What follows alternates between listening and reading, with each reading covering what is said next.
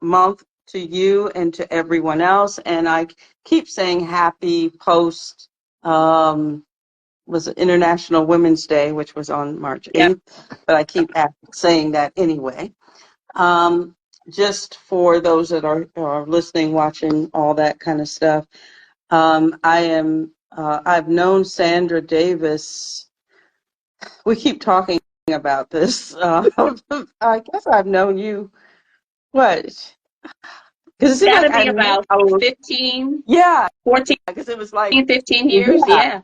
And I've met, because it was like at a spur at a time where I met these phenomenal women in the Washington, D.C. area that were into the arts. And I was just so excited to meet you. And it was funny because I met her artwork before I met her. A friend of ours, a mutual friend of ours, had a gallery in right outside of Washington, D.C. And I still go to one of the co-owners to this day to get my framing done for my own art. And it was really, I used to go to the gallery to drop off the work. And I remember seeing these phenomenal collage art there. And I was just like, boom, it was like all over the place. And I'm a collage artist, and so I appreciate good collage art. And when I saw that, it was like, wow, who did that? And they told me, oh, this Sandra Davis, blah, blah, blah. And I said, oh. And I was like, okay. And then but maybe less than a month later, we met at a networking function. And I can't even remember what that function was or where we were. And I remember you introduced yourself and you said you were an artist, but I think you were at that event in a different capacity or something. And I was like, what kind of art do you do? And you said it, and I said, yeah, or something like that. So anyway, I've met some really interesting people through the years. But anyway, I did want to just sort of introduce the topic of women in creativity, past, present, and future. One of the things that I am really interested in and curious about is what the history about women and creativity, and you are now the president of the Women's Caucus for Art, a national organization that's been around 40 plus years. No, I guess almost 50, right? 52. 52 years. 52. Okay, 52 years. And as an organization, and I've been a member of it off and on for a few years now, it's been a kind of an organization that has been a champion for women artists at a time when women were not as recognized, and we're still working on that. But it was even worse at that time for our creativity, particularly in the visual arts. And it was at a time where the women's movement was really kicking off and moving and doing its thing. And they came together to help champion visual artists. And so I was very curious about it. And I said, we're facing, unfortunately, a lot of the same issues and struggles today as women and as women creatives and artists and all of that. And I wanted to just have a dialogue with you about that, and particularly what have you seen that's been, is there some similarities? Is there some differences in how we as women are showing up creatively? And though neither one of us were at an age where we were conscious about what was going on at that time, I don't think I was 5 years. No, I was. Well, anyway, I was nothing but a baby, as they say on Instagram, the little voice thing. I'm just curious about your observation in seeing, as at the helm of an organization, you know, what are some of the similarities and differences, if any. So, but let's start off with this. I want to hear a little bit about, if you could share with everyone about your own artistic journey and then how you became involved with Women's Caucus for Art. Thank you, Sharon. I really appreciate everybody's patience getting on tonight. It's probably something as simple as like the camera probably needed to be turned around or something. I don't know. I do not pretend to be tech savvy, but that's neither here or there.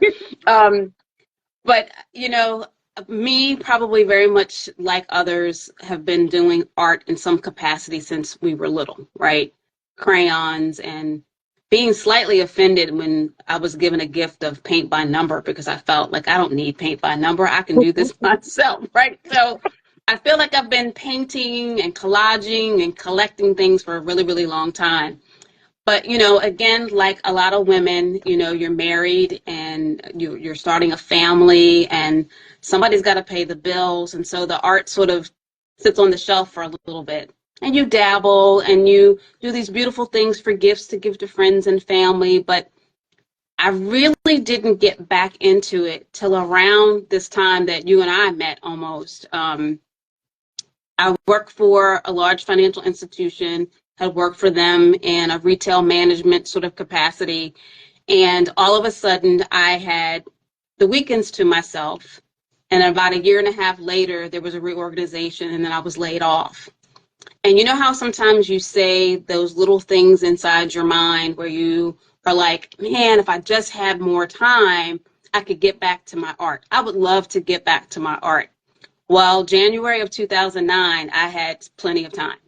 And trying to figure out, after getting my feelings hurt, you know, how dare they let me off, right? You know, I'm a great employee and, you know, you take it very personally. But then I, you know, I needed to find a job. But in the meantime, I'm like, this is a great opportunity to sort of get back involved in the art. And so on this particular journey, I'm now working for New York Life, networking. I've got to get out and meet people. And there's this big women's conference. And prior to me paying my fee to attend this conference, I had met this framer that Sharon had alluded to through a networking event. He was really, really good at pulling together small business owners, sort of a round table where people could network and talk about their particular jobs or their particular, you know, if they were small business owners or what have you. And it was recommended that I bring my work down and let's take a look and let's put it on the wall and see what happens. And, you know, I had nothing to lose other than the 45 minutes it took me to go from Gaithersburg to Temple Hills, because it was a little bit of a drive. But as I'm at this networking event, there's all sorts of women entrepreneurs milling around, and they had breakout sessions. And in this breakout session, Sharon is sitting at the table, and our topic at our breakout session was, how do you do your elevator pitch? What is your spiel to introduce yourself to people about what you do? And I look over to Sharon, I say, well, I'm an insurance agent right now, but I'm also this artist, and I really don't know how to say that when I introduce myself to people. And Sharon, and we've talked about this before, and Sharon says, why do you have to break it up? Why can't you be both? Why don't you just say who you are? You're an artist who happens to work for New York Life. And I was like, Eureka, I'm an artist first, and I had put it aside for so long. Now I'm wearing it like a badge. I'm an artist. I'm full-time, and I happen to work for whoever I work for at the time. So, you know, you never know what little gems will get dropped to you in your journey when you meet people. Absolutely. And I'm glad that you remembered exactly what our dialogue was, because that whole thing has just, you know, it got buried anyway. But anyway, I'm glad that you remember all of that. Gosh, but it was so impactful. And, you know, sometimes it's the really, really little simple things that make the biggest differences. So not only do I wear that proudly in terms of how I introduce myself today, but sort of after that, this gentleman at this gallery, he would send me opportunities. He goes, you know, have you thought about maybe spending the day for Black History Month at the Federal Aviation Association, they do a Black History Month celebration, and you've got to figure out how to get your work down there, but it'll be on display all day. I sold a couple pieces that day. So, now I'm hyped up, like, okay, people are paying attention. This thing might actually be working here, right? And then probably a couple years later, I got brave enough and had enough work to have a solo. Every artist wants to have a solo. And this wonderful lady comes up to me at my exhibit opening and says to me, "Have you ever considered joining Women's Caucus for Art?" And I'm thinking, well, what is that? So this was probably like 2012. And I attended a couple of meetings, wasn't really quite sure it was my fit, but I'm branching out, right? I'm branching out. Let's see where this will take me.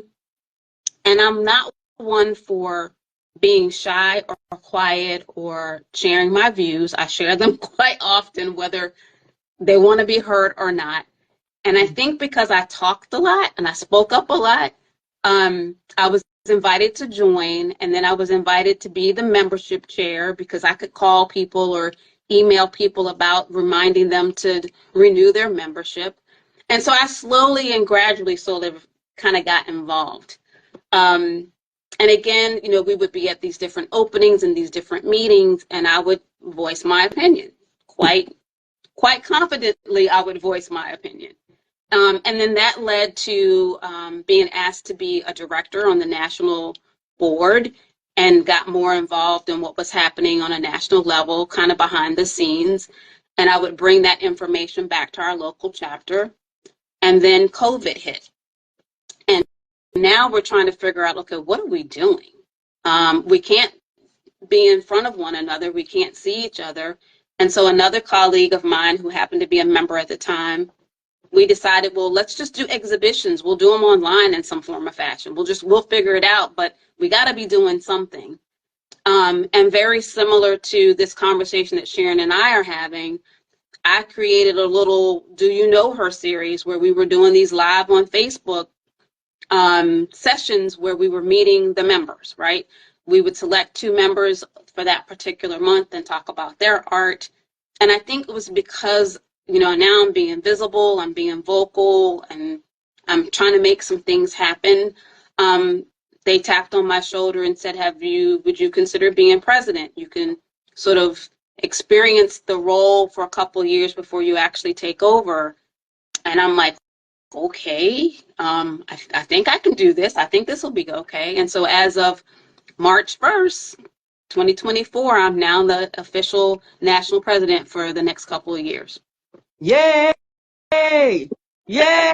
And I knew her when, y'all. I knew her before they knew who she was. Great. Thank you for sharing. And so we'll just pivot a little bit to our questions for this evening. And I wanted to start off with, from your perspective, how effective do you think women artists and creatives in the past? And when I say the past, I'm going to say about the time that Women's Caucus for Art started. How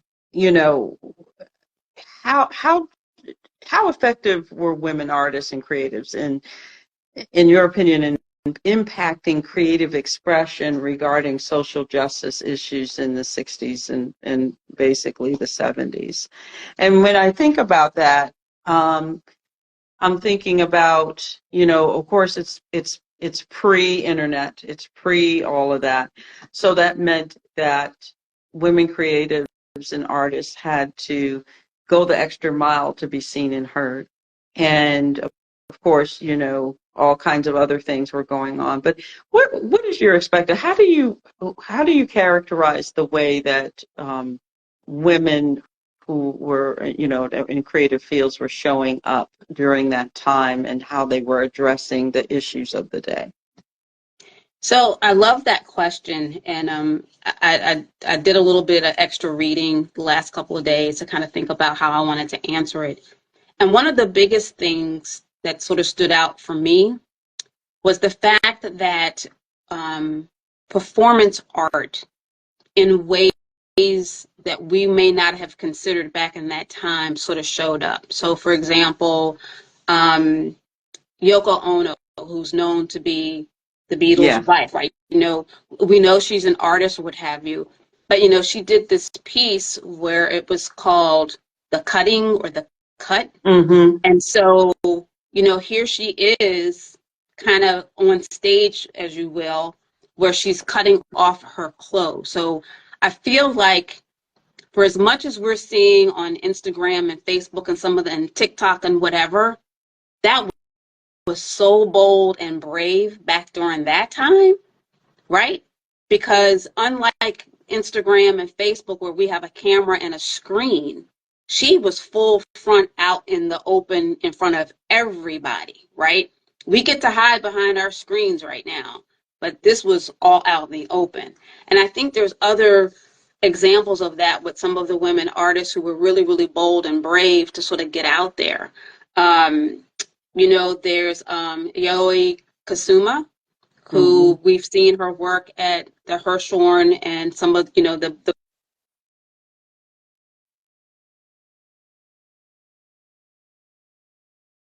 okay, it blocked out there for a second. She was out there coming from Japan to the Americas to explore this art career. And she was just showing up at receptions and galleries where she wasn't even invited. And she was just like, no, I'm going to be here and you all are going to see me. Showing up at the Biennale where she wasn't invited, but she was creating these spheres outside of the exhibit hall where you had to stop and see her, even though she was not an invited artist. So I feel like often we sort of overlook some of these bold gestures that some of the women artists did back in the day, because they couldn't hide behind a camera or a phone. They were just out there doing their thing. And I think that's probably the biggest difference. And then the other thing I feel is the act of creating the posters for the protest, right? The screen printing processes, things that had to be done, sort of quickly. Where now, we've got Photoshop and Adobe and, we're using our Apple iPads to create these things. And so back then, you had to be so committed to whatever that craft was, especially if you're responding to some social ill or a protest or something that you felt strongly about. I think it really, really took a lot of courage because it was frowned upon that, this is not your place. These aren't the things that women do. It was great if you did oil painting sessions and you did nude sketches and that sort of thing. And all those things were accepted because that was the norm and traditional. And so some of the women who were doing the untraditional things I thought it was really, really brave. And I think that's probably the biggest difference. Yeah, I think particularly the performance art type of thing was definitely very effective. The cut piece, I think, is what you were referring to with Yoko. That's actually one of my favorite things that she did. And even though it was brave, because instead of her actually cutting, she invited the audience. You come up, take the scissors, and cut a piece of my clothes until she's fully nude. And just the whole process of trusting other people to do that, and then the commentary about women's bodies and how and just a lot of people even talked about, when you read about it, about how aggressive some people were, especially right. There was a lot to be said about that. And then the other person I was thinking about, an African American woman, I believe Women's Caucus for Art honored her not too long ago. She did a performance art by walking through the streets. And yes, do you know who I'm talking about? Oh gosh, I can't think of her name. I do, and I can't think of her name. As a matter of fact, Women's Caucus for Art has done a fantastic job of recognizing what I would call some of these unsung heroes. But I feel like the fact that we're trying to remember her name is a testament to what is really, really important with Women's Caucus for Art and, you know, folks who are rewriting art history, so to speak, that some of these names should be right at the tip of our tongue. These days should be right here. I know the Women's Art Museum, oftentimes they'll put out that blast on Facebook or what have you. Can you name 5 women artists, right? And I think people still have struggles with that. And I'll have to see if I can find her name.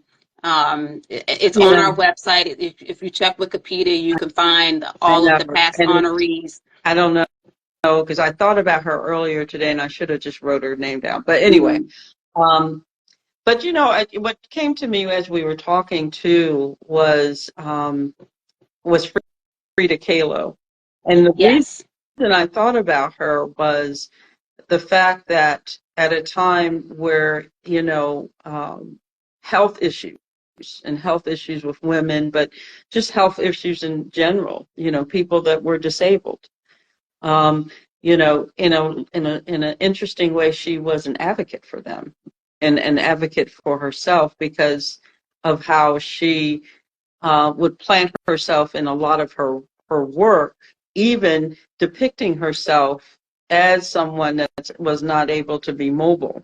Correct. But still, she was celebrating who she was. And, you know, I think in a lot of ways we're still seeing that.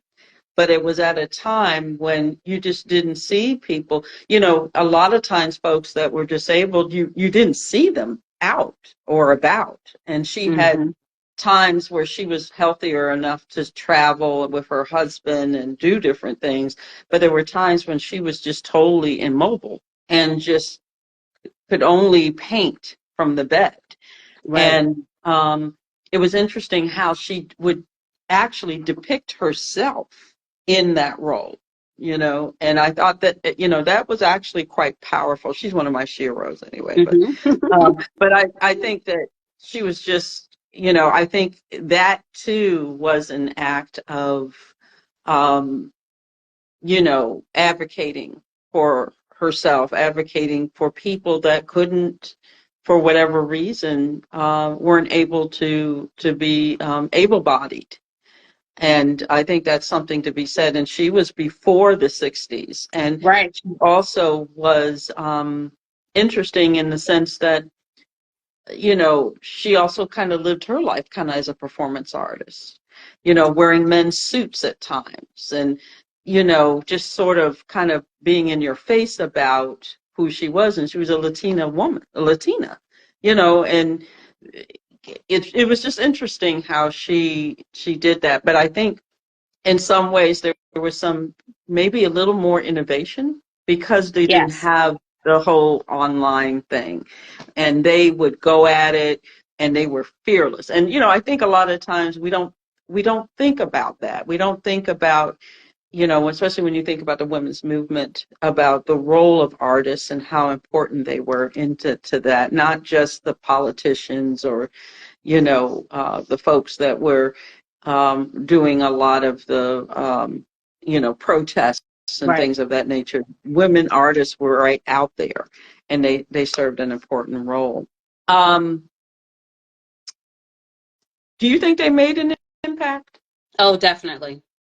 Definitely. I mean, the fact that we're having this conversation and what that looked and feel like in terms of giving us or empowering women to say, you know, we can do it. We have to be, again, that confidence piece really, really exuded, especially from Frida and from some of the other ladies. It took a lot of confidence to do that.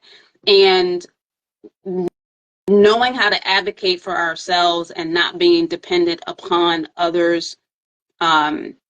We as African American women, we know what that looks and feels like on a regular, right? And so to throw in an artistic practice in addition to that is also an opportunity to speak about, let's say, for example, AfriCobra.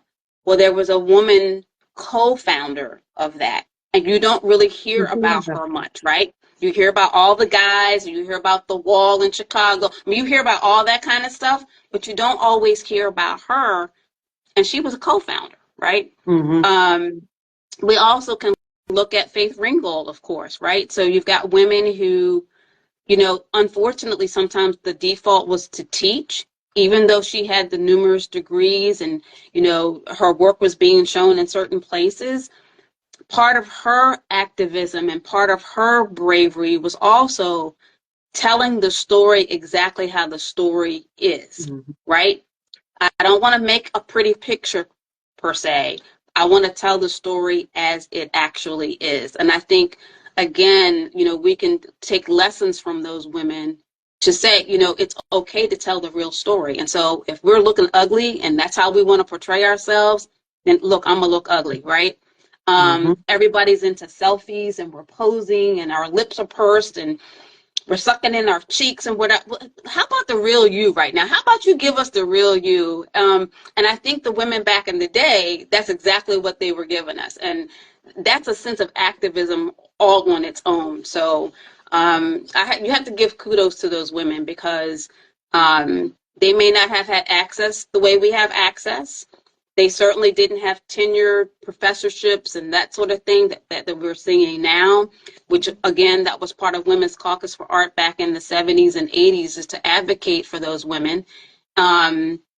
Because we do have the credibility, we do have the education and the expertise in those fields. We just needed to be given the opportunity to share them in that way. Absolutely. Okay, so let's fast forward to our generation and those that are a little younger than us. I'm an Xer. I think you're X, aren't you? Gen X? No, No, I keep forgetting. I'm a baby boomer.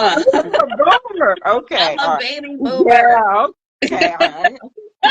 I keep forgetting because she looks so young to me. I am a baby boomer. Yeah, okay, all right. I'm Gen X all the way, and um, I wonder, you know, I'm wondering from boomer, you're more on the younger boomer side, so I can say that. Um, but Gen X, you know, our group, so to speak, how effective do you think they have been, and how do you feel that they've shown up? I was trying to think of that one artist named Tracy. I can't think of her name, out of England, and she did a lot with a bed and kind of, you know, having different items on the bed and all that. And I know she's right there with me, age-wise. And you know, I also think of a few of the women artists. The one that I just saw, Simone Lee, Mm-hmm. over at the Hirshhorn, and you know, her work was just phenomenal. And looking at you know, the Black female body and celebrating that, and dealing with all of that comes with you know, the gaze of the Black body and the Mm-hmm. Black woman body and all these other things. How effective do you think we have been, Gen X and Boomer land, um, in really getting our point across about a lot of social issues?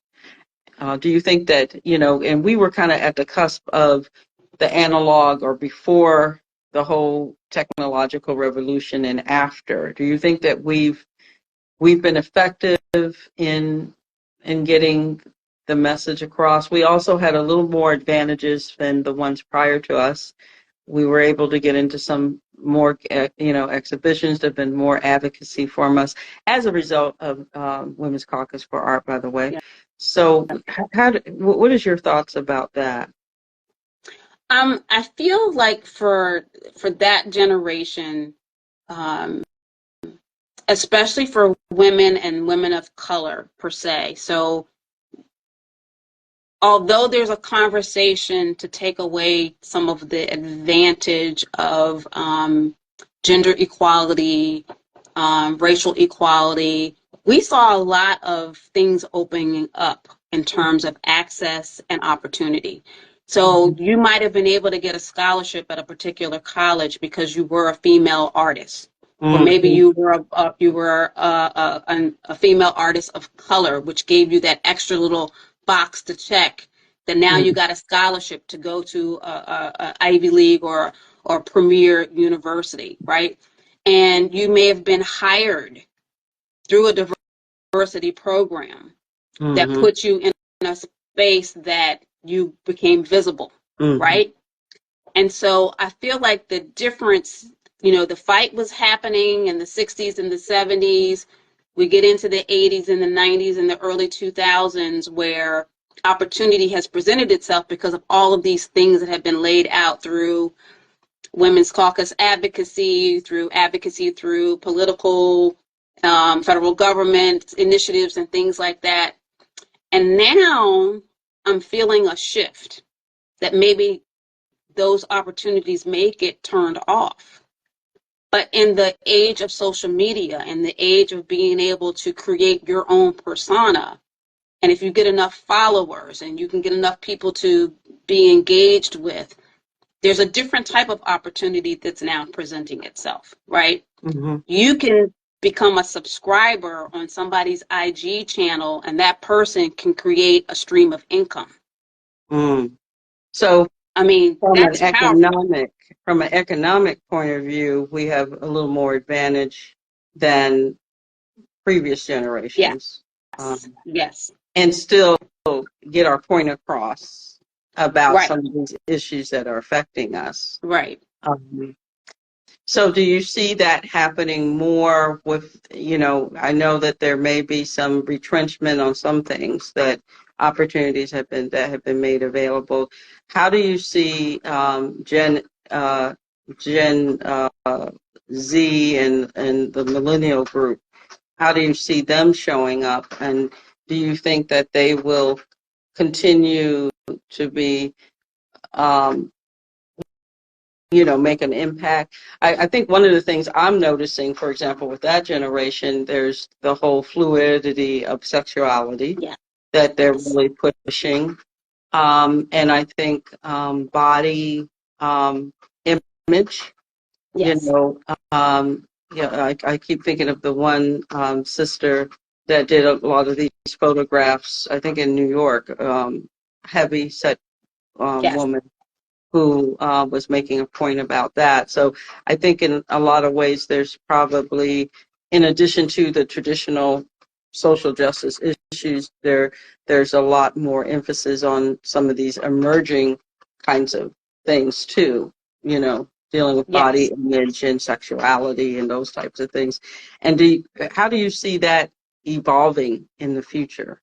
Well, I feel like if there's power in the dollar, meaning power in the dollar. That's a good power in the dollar, meaning if I am a large retailer and I see a shift in following on these social media platforms of all of the young Black women sporting their afros, right? And in response to all of the social unrest from 2020, 2021, am I going to be the retailer that's not going to put that afro on a notebook? Am I going to be the retailer that's not going to invite a woman of color or a fluid gender person or a heavyset person in terms of body image?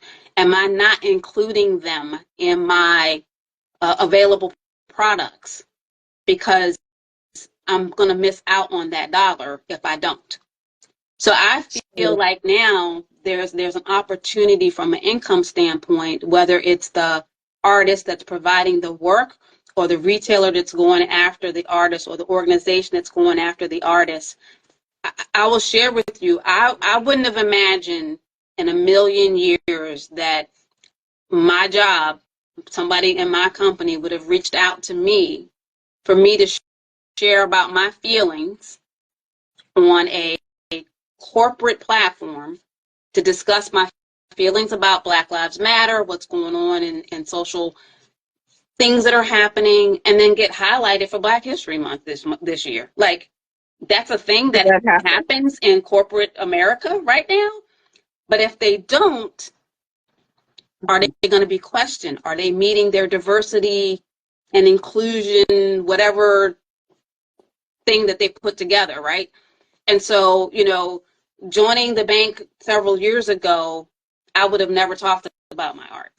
It would not have been it's a hobby that I do on the weekends, kind of a conversation, because it's all about the business. But now, this diversity, this inclusion, this bringing your whole self to work kind of thing is also giving women a different type of opportunity, right? Because I can work full time in corporate America if that's what I need to do for my family and for myself. But they also want me to share what I'm doing that makes me a whole person. And I think that's a big, big difference. I think so too. And I also think that not only with the issues that are going on with women in this country, but also the world. Yeah. A lot of, we're seeing a lot of very, particularly with Gen Z and millennials, really with the situation in Palestine, for example, really being a part of that and showing up and making using everything from performance art to physical art, and the environment is a big deal too. Yes, I was going to say the environment is huge, and I feel like even though you and I have been doing collage work for a long time, right? Mm-hmm. It wasn't necessarily because we were green artists or we were thinking necessarily environmentally. We just loved paper and saving things, and pictures and whatever, right? Right. And we wanted to create some amazing work out of it. So, but I noticed that I did, and you probably too, our materials that we're using, we're now being very, very thoughtful and very intentional about those materials.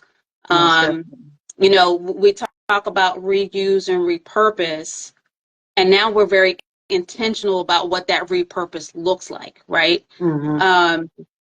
I was saving envelopes, and because I like the security envelopes with the funny patterns on the inside. And I just thought they were cool patterns. But think about, we don't even really mail out letters and stuff anymore. Everything's being paid online and what have you. So what happens with this material, right?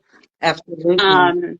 You also think in terms of how much we purchase in clothing and stuff, and where does it end up, and can we be intentional about how we're reusing those things? Mm-hmm. And I think from a visual artist standpoint, when we're intentional about the materials that we use, that also is a form of activism, right? Most definitely. I think women artists and creatives have been leading a lot of that charge. I even think of the craft movement. Yes. And now everything is merged, because when you see an artist that's working with recyclable materials, it's like a merging of the craft. Yes. Now it's almost like, it used to be siloed, right. Art and craft. And now, to me, I'm seeing it's the same thing, but it's also underscoring what you're saying about the use of materials and in making a demonstration of, what do we do when we discard this stuff? How do we make it? How do we make a difference? How do we convey a message, but also through art and creativity to bring that out? I know we're short on time, but I want to give you the opportunity. You're involved with a 2 or 3 year project, right? Yeah. And I wanted to give you a chance to talk about it, because you've been leading this, and it's a project that I feel very strongly about and hope to be a part of in the future. Yes. Tell us a little bit about it and how you got started with this. I'm going to let you just sort of lead this. Okay. So the project that Sharon's referring to is the Pull Up a Chair project. And originally, when we talk about things that make impact on you. I'm having a conversation about just conversations that people have. And I had said to my husband, Aaron, I'm like, people just don't even sit down and talk anymore. And it was literally sort of that flippant of a statement. And I said, it would be really cool to do something on chairs where you just invite people to come and sit down and talk. And I was like, there's a phrase for that, like pull up a chair or something. And he was like, yeah, people say pull up a chair. That means you want to sit down and talk about it. And so what started out as a conversation about having a conversation turned into an invitation to about 20 artists and myself in 2021. And we created an exhibition titled Pull Up a Chair. And each artist was responded in a way that they got to create something using the chair as the canvas. So we had a young lady who was from Costa Rica. She wanted to give homage to her heritage, so she created a chair that talked about her home. Myself personally, I've been on this hair journey. It's been cut short, it's been afroed, it's been whatever. And so the chair that I created has braided hair where, as young Black women growing up, people always wanted to touch our hair. I'm like, no, don't touch my hair. And so I'm like, okay, so you want to touch the hair, then you get to sit on it, you can touch it, you can do whatever. We had somebody else who was grieving, and her chair represented how she was feeling about her dad, who had passed away a couple summers ago. And what ended up happening was we had an artist roundtable. All the artists got together to talk about how they felt about creating their chair and what their chair meant to them. And it literally felt like a therapy session. Wow. That conversation led into the second version of it called Pull Up a Chair 2.0, Mental Health and Wellness, where the 14 artists and myself have now created chairs with the theme and the topic and very intentional. What does mental health, what does mental illness, what does mental wellness, resources, what does that look like if you were going to sit down and talk to somebody about it? What would your chair look like? And so this kicks off on April 15th. The reception is on April 18th, which is a Thursday evening at the Goldman Gallery in Rockville at the Jewish Community Center on Montrose Road. And again, it's an opportunity for people to come in to view the chairs, to touch the chairs, to experience the chairs, talk to the artists.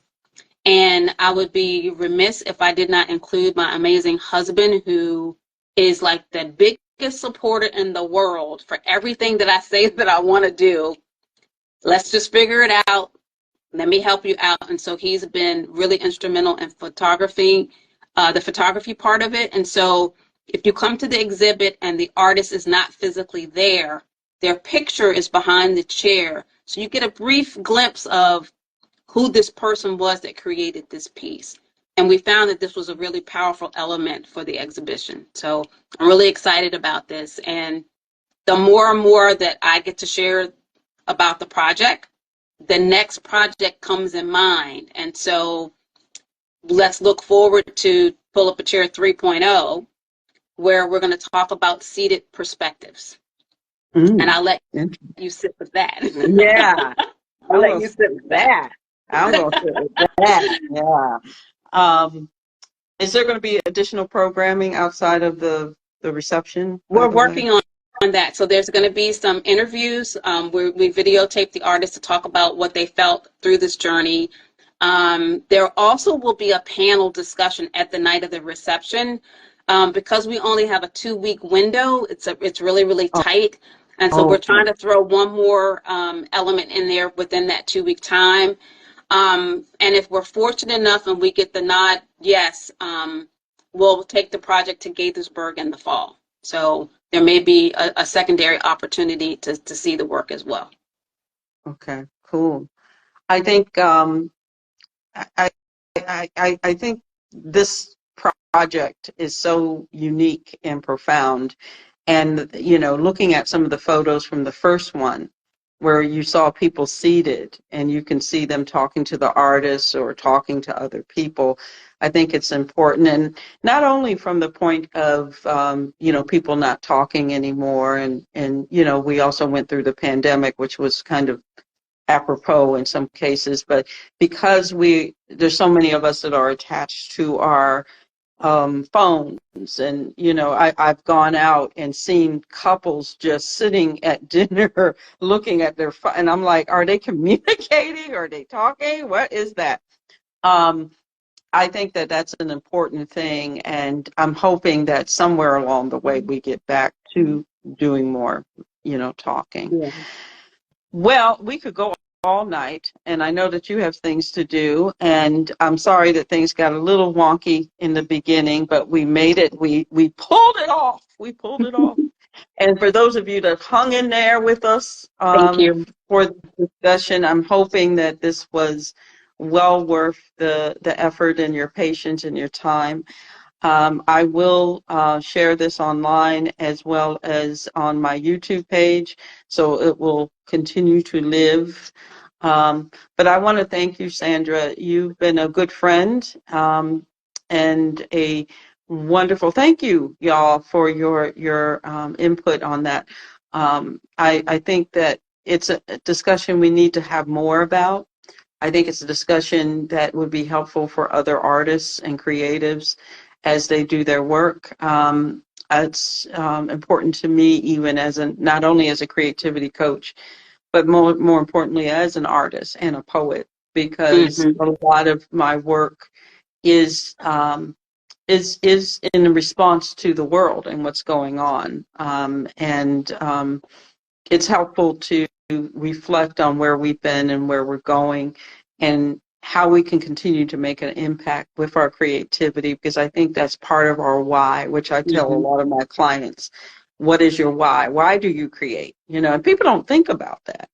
They just think, well, I just, do it. But, and it doesn't have to be some grand thing, but it also helps you, particularly when you get stuck. Yes. Because if you're not clear on your why and you just do it to do it, I can get stuck for the rest of my life. Exactly. And I also feel like, and I know we're closing up here, but really, really keeping in mind the camaraderie and having a little bit of a village or some sort of folks that you can go to is critical, I believe. We can be so individual and we can be so siloed in our own head and space, which I really, really feel like the pull up the chair piece takes those barriers and those walls away, because now I'm inviting you in. I want you to come be part of, which is literally the reason, the why for the project, right? And understanding that it's good to have a community that's with you when you need them, and they can take a step back if you don't need them right away, right? So I think those things are really important, and that's my plug for WCA, right? That's my plug for Women's Caucus for Art. I mean, we're 100+ members here in the DC chapter alone. We don't know each other, but we know we're there and available if you need somebody, right? So I think it's good to have a community of some kind in some form or fashion. Most definitely. And because of even just a community of two. Yes. And how we've been in community for at least 15 years, right? That we can at least recall, right? Because, anyway, thank you so much. Deep bow to you and your work. And definitely we'll be in touch, and appreciate the effort. And tell my friend Aaron, thank you for letting us borrow his phone. I know, right? I will. And I'll be in touch with him soon, because I owe him a communication. All right. All right. Take care. And thank you all for watching. Take care.